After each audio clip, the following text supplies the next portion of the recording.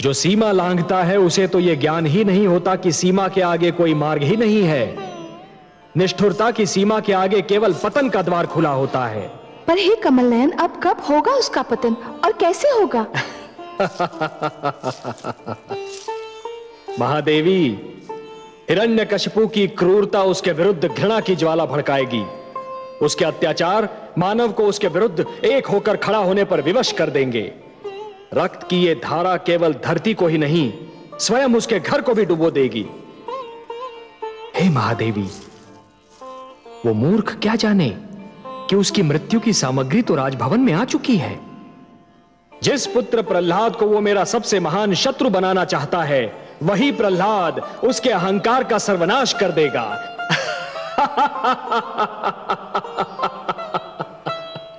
जिस प्रकार समुद्र को यह ज्ञान नहीं होता महादेवी कि उसकी गहराइयों में ज्वार पल रहा है, उसी प्रकार हिरण्यकशिपु को भी यह ज्ञान नहीं है कि उसके ईश्वरत्व को ललकारने वाला स्वयं उसके राजभवन में जन्म ले चुका है।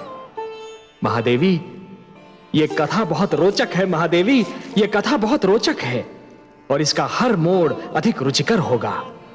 पर आप चिंता न कीजिए देवी, जब अत्याचार अपनी सीमा से आगे बढ़ जाता है तो निस्संदेह उसका अंत भी हो जाता है। बधाई हो महाराज। देव ऋषि नारद ने समाचार भेजा है कि महारानी कयादु ने एक अत्यंत सुंदर पुत्र को जन्म दिया है। बधाई हो भगवान हिरण्यकशिपु, बधाई हो। शुभ समाचार है ये, शुभ समाचार। ये तो बहुत ही शुभ शकुन है भगवान। अभी अभी विष्णु नाम के बालक का वध हुआ और अभी अभी ये सूचना मिली है कि आपके पुत्र ने जन्म लिया है। तुम सत्य कहते हो स्वर भानु, शुभ शकुन है ये, शुभ शकुन।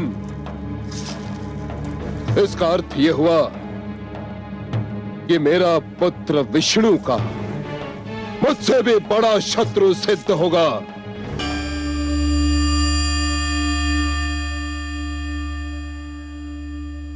हे कमल नयन, अंधेरी रात्रि को उजाले का संदेश देने वाली सूर्य किरण सी आपकी मुस्कान, ये पतझड़ के अंत और वसंत ऋतु के आगमन की घोषणा करने वाले सुगंधित समीर की भांति आपकी मधुर मुस्कान खुला संकेत कर रही है कि सृष्टि में अवश्य कोई ऐसी घटना घटी है जिसने आपके मन को प्रसन्न कर दिया है। अहो महादेवी, अहो, हमारा कोई ऐसा संकेत नहीं जिसका भेद आप जान न पाए। हाँ देवी, एक बहुत सुंदर, एक बहुत अनुपम घटना घटी है। वो बालक जिसकी रक्षा के लिए आप चिंतित थीं, वो बालक जो एक नया इतिहास रचने वाला है, जन्म ले चुका है। कयाधु मां बन चुकी है। मैं अत्यंत प्रसन्न हूँ। मेरी कामना है कि कयाधु का ये पुत्र अत्यंत भाग्यशाली हो। वो भाग्यशाली होगा महादेवी, अत्यंत भाग्यशाली होगा। जिस प्रकार ध्रुव अपने दृढ़ निश्चय का इतिहास रच गया, उसी प्रकार ये बालक भी अपने दृढ़ विश्वास का इतिहास रचेगा। जिसे जन्म लेते ही देवर्षि नारद जैसे महान मार्गदर्शक की गोद मिल जाए, उसने तो नेत्र खोलते ही अपना मार्ग भी देख लिया और अपना लक्ष्य भी। हे त्रिलोकीनाथ, मुझे इस बालक के जन्म का हर्ष है, परंतु थोड़ी घबराहट भी हो रही है। घबराहट?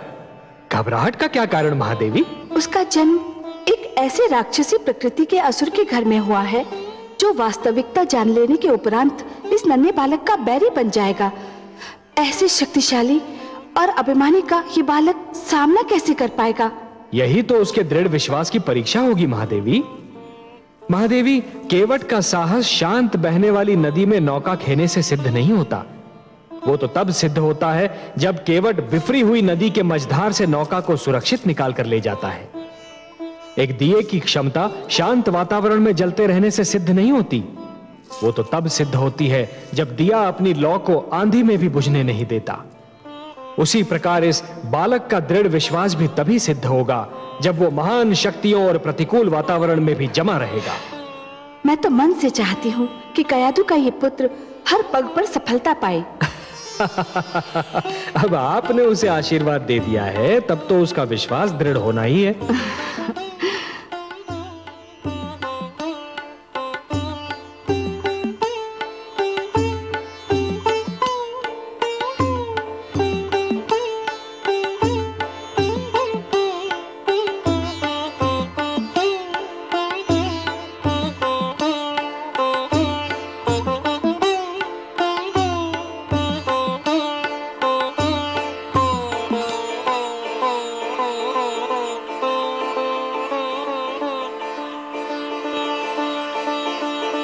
आयुष्मान भवः पुत्र।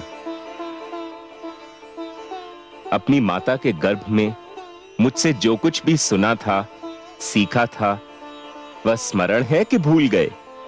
ओम नमो भगवते वासुदेवाय। ओम नमो भगवते वासुदेवाय। बस बस पुत्र, मैं संतुष्ट हो गया। तुमने तो मेरा पूरा पाठ कंठस्थ कर लिया है। ध्यान रखना पुत्र, मैंने तुम्हें ईश्वर पर आस्था और विश्वास का मार्ग दिखाया है। यह विश्वास सृष्टि की महानतम शक्ति है। जो ईश्वर पर अडिग विश्वास रखता है, वह पर्वत से टकराए तो पर्वत झुक जाए, समुद्र से मिले तो समुद्र शांत हो जाए। सूर्य, चंद्रमा, नक्षत्र मंडल जिसकी ओर भी दृष्टि डाले, वही उसका दास हो जाए। सृष्टि का पूरा भेद ही उसकी मुट्ठी में आ जाए। कठिन को सरल और असंभव को संभव बनाना उसके बाएं हाथ का खेल होगा। पुत्र, इस मार्ग से कदापि नहीं हटना।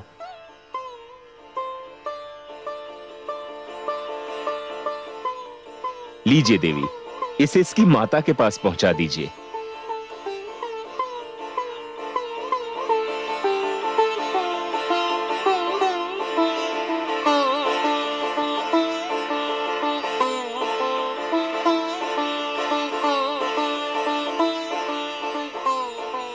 नारायण नारायण।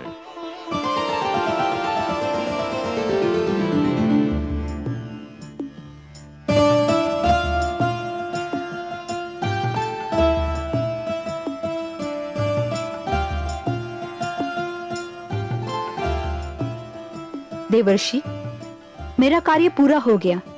मुझे विष्णुलोक लौटने की अनुमति दीजिए। मैं आपका बहुत आभारी हूं देवी कि आप आ गईं। आपने ऐसे समय पर मेरी सहायता की जब मेरी बुद्धि भी काम नहीं कर रही थी। आपको कोटि कोटि धन्यवाद।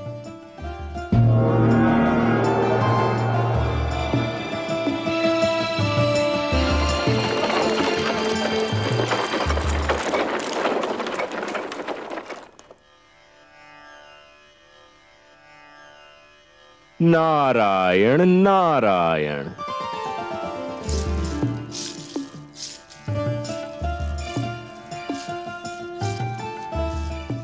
प्रणाम देवर्षि। जब से मैंने सुना है कि मेरे पुत्र का जन्म हुआ है, मैं उसे देखने के लिए व्याकुल हूं। कैसा है मेरा पुत्र? स्वयं चलकर देख लीजिए। आइए। चलिए देवर्षि।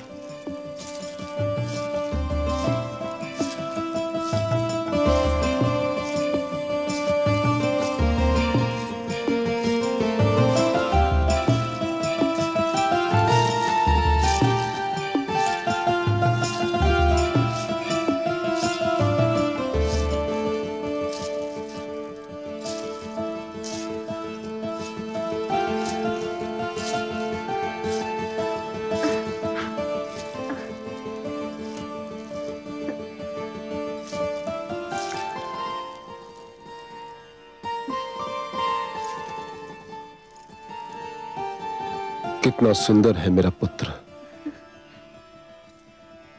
कितना प्रतिभावान लगता है।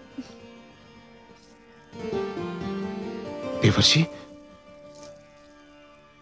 इसके माथे से तो तेज की किरणें फूट रही हैं। कितनी मीठी है इसकी मुस्कान। उसकी आंखें सूर्य और चंद्रमा की भांति चमक रही हैं।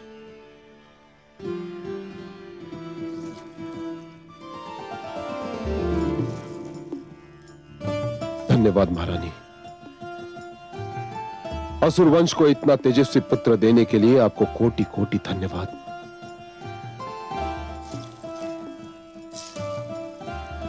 देवर्षि, आज यदि मेरा पुत्र सुरक्षित है तो केवल आपकी कृपा के कारण। असुरराज, मेरी कृपा आपको इसलिए लग रही है क्योंकि मैंने जो कुछ भी किया वो आपने देख लिया। आपके पुत्र पर तो धरती और आकाश से न जाने किस किस ने कृपा की है। आपने तो देख ही लिया कि इसके मुख पर कितना तेज है। देवर्षि, तीनों लोक में आपसे बड़ा ज्योतिष विद्या का ज्ञाता कोई नहीं। मेरी विनती है कि मेरे पुत्र का नामकरण आप ही करें। नारायण नारायण। असुरराज, आप पुत्र पाकर प्रसन्न हुए ना? प्रसन्न, अति प्रसन्न, हर्षित, अति हर्षित देवर्षि। तो जो अत्यंत प्रसन्नता देता है, असीम हर्ष प्रदान करता है, उसे प्रहलाद कहते हैं। असुरराज, मैं आपके पुत्र का नाम प्रहलाद रखता हूं, क्योंकि ये आपके जीवन में प्रसन्नता और आह्लाद लेकर आया है। प्रहलाद।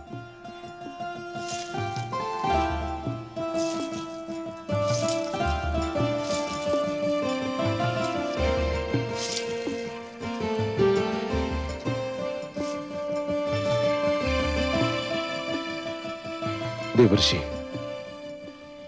बहुत सुंदर नाम सोचा है आपने, प्रहलाद, पुत्र प्रहलाद। मेरा पुत्र प्रहलाद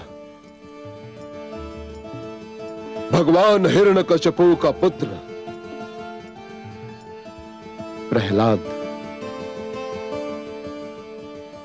देवर्षि, मुझे लगता है कि मेरा पुत्र महानता में मुझसे भी आगे निकल जाएगा। हे असुरराज, मेरी ज्योतिष विद्या कहती है कि पहली बार आपके मुख से सत्य वचन निकला है। देवर्षि, मुझ में इतना साहस नहीं कि मैं आपसे कहूं कि आप मुझसे कुछ मांगे, किंतु यदि कोई इच्छा हो तो अवश्य व्यक्त कीजिए। सत्य असुरराज? सत्य, परम सत्य देवर्षि। आपकी किसी भी इच्छा की पूर्ति करके मुझे हर्ष होगा। मुझ जैसे सन्यासी की न तो कोई इच्छा होती है और न आवश्यकता, किंतु असुरराज, पुत्री कयाधु इतने दिनों तक मेरी इस कुटिया में रही कि पहली बार मुझे पुत्री मोह का अनुभव हुआ, और फिर आपके पुत्र प्रहलाद ने जन्म लेकर मेरी इस कुटिया को अपनी मधुर किलकारियों से भर दिया।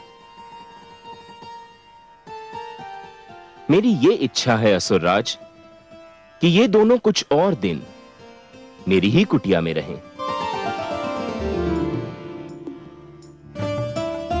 आपने तो मेरे मन की बात कह दी देवर्षि। मेरी भी इच्छा थी कि मैं और मेरा पुत्र आप ही के साथ रहें। मुझे तो देवर्षि की कुटिया स्वर्ग के समान लगती है। देवर्षि, मैं आपकी इच्छा की पूर्ति के लिए वचनबद्ध हूं। अपने पुत्र से दूर रहना मेरे लिए संभव नहीं, किंतु आपके उपकारों के आगे मैं नतमस्तक हूं। मैं पुत्र प्रहलाद और महारानी को यही छोड़ जाऊंगा, और आपको मुझे एक वचन देना होगा। कहिए असुरराज, क्या चाहते हैं आप? देवर्षि, मुझे विष्णु से घृणा है, अपार घृणा, और आप विष्णु भक्ति के लिए विख्यात हैं। मुझे वचन दीजिए कि आप मेरे पुत्र के सम्मुख विष्णु का नाम कभी नहीं लेंगे देवर्षि, कभी नहीं। मुझे वचन दीजिए। असुरराज, पुत्र कयाधु और दौहित्र प्रहलाद के लिए मैं कुछ भी त्याग कर सकता हूं। मैं आपको वचन देता हूं कि मैं सब कुछ कहूंगा, किंतु आपके पुत्र के सम्मुख विष्णु शब्द का उच्चारण नहीं करूंगा। सुंदर, अति सुंदर देवर्षि।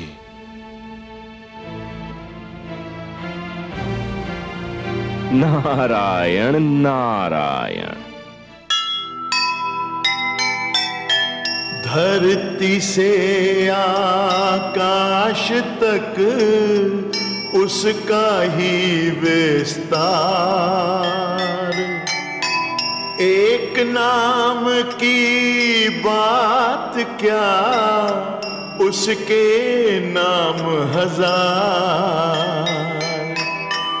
जिसने मां के गर्भ से लिया विष्णु का नाम, उसे रोक पाना भला किसके बस का काम, किसके बस का काम।